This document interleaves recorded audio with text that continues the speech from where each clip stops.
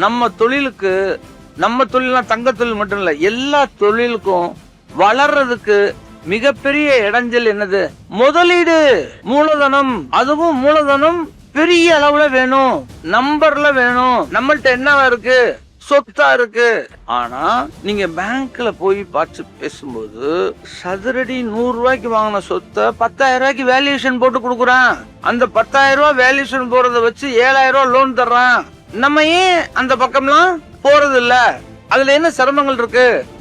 அதாவது ரிஸ்க் இல்ல பிரபு, ரெஸ்பான்சிபிலிட்டியா இருங்கன்னு நான் சொல்றேன். உங்க பணம்னா ஒரு மாதிரி பாக்குறது, பேங்கர் பணம்னா ஒரு மாதிரி பாக்குறது.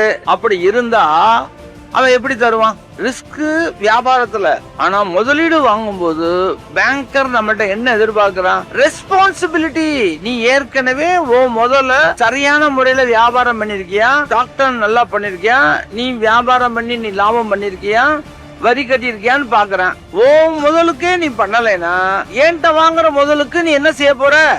அவ்வளவுதானே பிரபு. இதைத்தானே நான் 30 வருஷமா சொல்லிக்கிட்டு இருக்கேன். இன்னைக்கு நேரத்தான் சொல்றேன்.